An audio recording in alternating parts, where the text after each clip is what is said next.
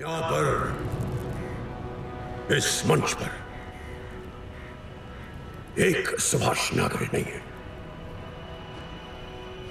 जो भी मेरी इस सोच को समझता है वो सब सुभाष नागरे। तुम सब सुभाष नागरे हो। कल मैं रहूं या ना रहूं, जीऊं या ना जीऊं, तो क्या कोई फर्क नहीं पड़ता, क्योंकि मेरी अमानत आप है, मेरी वसीयत आप है, मेरी सरकार आप। हर अच्छाई की कोई निर्धारित कीमत होती है, वो चाहे पैसा हो, ज्ञान हो या फिर दर्द।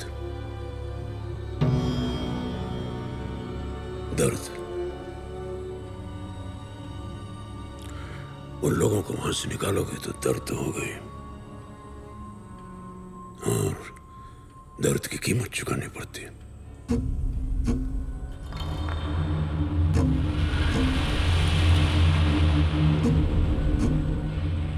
अब जब तुमसे हमने सुन ही लिया है कि तेरा और तेरे पीछे जो लोग हैं उनका इरादा क्या है, मेरा जवाब भी सुनना। मैं ये नहीं करूंगा।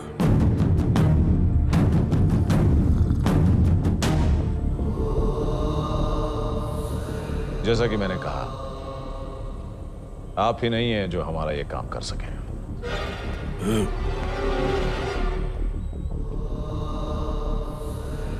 और मैं किसी और को करने भी नहीं दूंगा।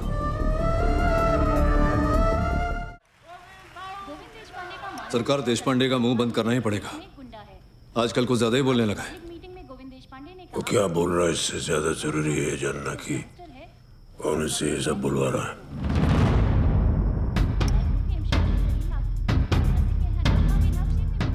सरकार, उन्होंने 500 वर्करों को काम से निकाल दिया। वो सारे सड़क पर आ गए हैं। इन साले अमीरों को सबक सिखाना चाहिए। अमीरों का अमीर होना कोई पाप नहीं होता, और वो वर्कर्स, उन मजदूरों को गुमराह किया गया, और मैं जानता हूं कि उन्हें गुमराह करने वाला कौन है।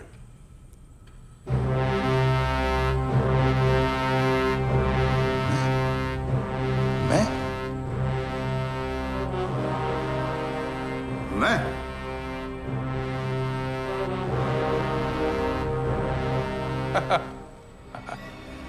इस बात से यह सरासर साबित होता है कि आप उनके हाथ बीक चुके हो। जब तक पूरी बात को समझ न लो, किसी बार वाले को पता नहीं होना चाहिए। ये तुम क्या सोच रहे हो? तुम्हारा चाचा शंकर ऐसा कभी नहीं करता जो तुमने अभी किया है। मैं शंकर नहीं हूं।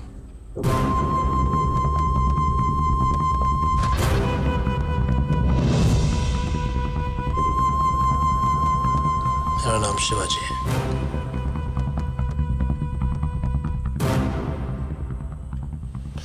मेरे सामने आपकी कोई बेइज्जती करेगा तो मुझे बर्दाश्त नहीं होगा। सरकार, वो कब, क्यों, क्या, जो भी माने, सच तो ये है कि तुम मेरे दुश्मन की। आपकी दुश्मनी उसके बाप के साथ थी, उससे नहीं।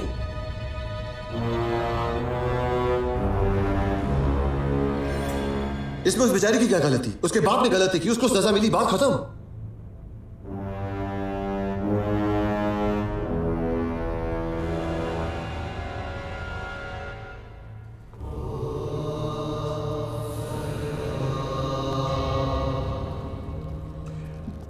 हम जिस मुकाम पर हैं, हर कदम बहुत सोच समझ कर उठाना पड़ता है।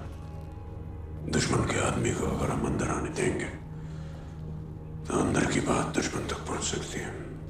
और अगर तुम्हें उस पर भरोसा है तो मुझे तुम पर। गोविंद, जब मैं बच्चा था तो उन दिनों की एक याद है मेरे पास, जब पिताजी से हमने सुना कि गांधी जी की हत्या कर दी गई है, लेकिन आज लगभग 70 सालों के बाद भी वो हमारे बीच है, जिंदा गांधी जी। और वो इसलिए कि कोई भी आदमी किसी को मार सकता है, लेकिन उसकी सोच को नहीं मार सकता। और उसी सोच की वजह से हम आप जैसे नेता को एक संभावना की तरह पा रहे हैं। संभावना। आज की राजनीति को लेकर के आप लोगों की जो चिंताएं हैं, उन्हें मैं बहुत गौर से सुनता हूं।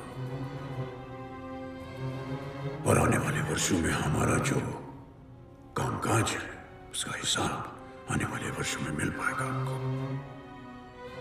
हमने अपनी पारी किसी भी तरह से खेली हो, लेकिन कमान हमेशा जनता के हाथों में रही है।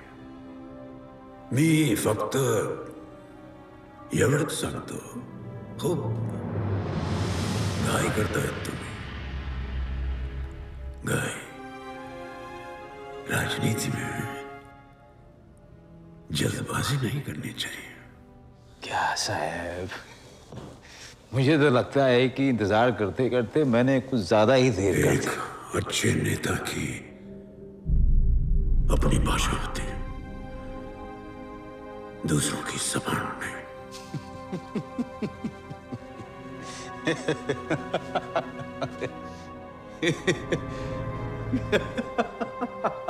अरे ये आप बोल रहे हैं जिन्होंने इस राज्य के नेताओं के नाम पे सिर्फ तोते दिए हैं, पोपट, जो वही भाषा बोलते हैं जो आप उनको सिखाते हैं। तो मेरी आपसे यही सलाह है कि आप समाज के लिए काम करें, दूसरों के स्वार्थ के लिए नहीं। हमको खूनी नहीं है, जो कोई भी हमारे खिलाफ बोलेगा उसे हम मरवा देंगे। नहीं, हमारी जो सोच है, हमारे जो विचार है, वो हमारा प्रजातांत्रिक अधिकार है। प्रजातंत्र में हर एक को अलग अलग तरीके से सोचने का हक है। उस हक का हमें सम्मान करना चाहिए। देश पांडे सोचता है कि वह सही है, लेकिन अंत में सही वो होता है जो समाज के लिए, जनता के लिए सही हो।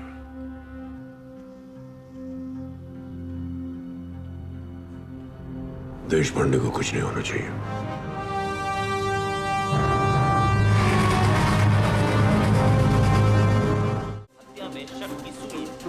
जिसने भी ये करवाया है, ये यहां तक रुकेगा नहीं। अभी तो शुरुआत है, आगे भी बहुत कुछ करेगा।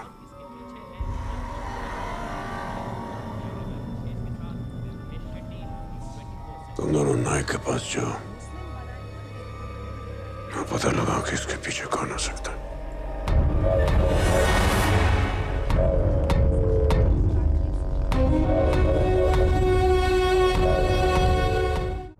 तेरा सच जान लिया हमने।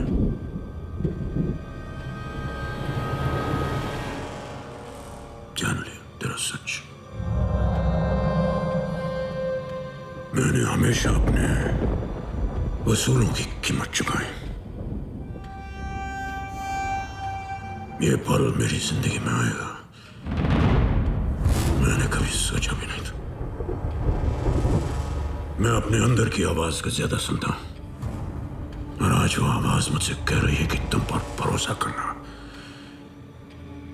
मेरी जिंदगी की सबसे बड़ी गलती थी।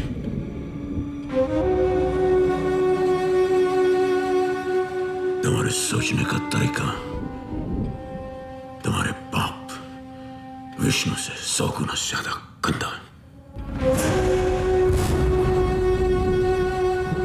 आज के बाद मैं तुम्हारा चेहरा नहीं देखना चाहता, न ही तुम्हारे बारे में कुछ सुनना चाहता हूं।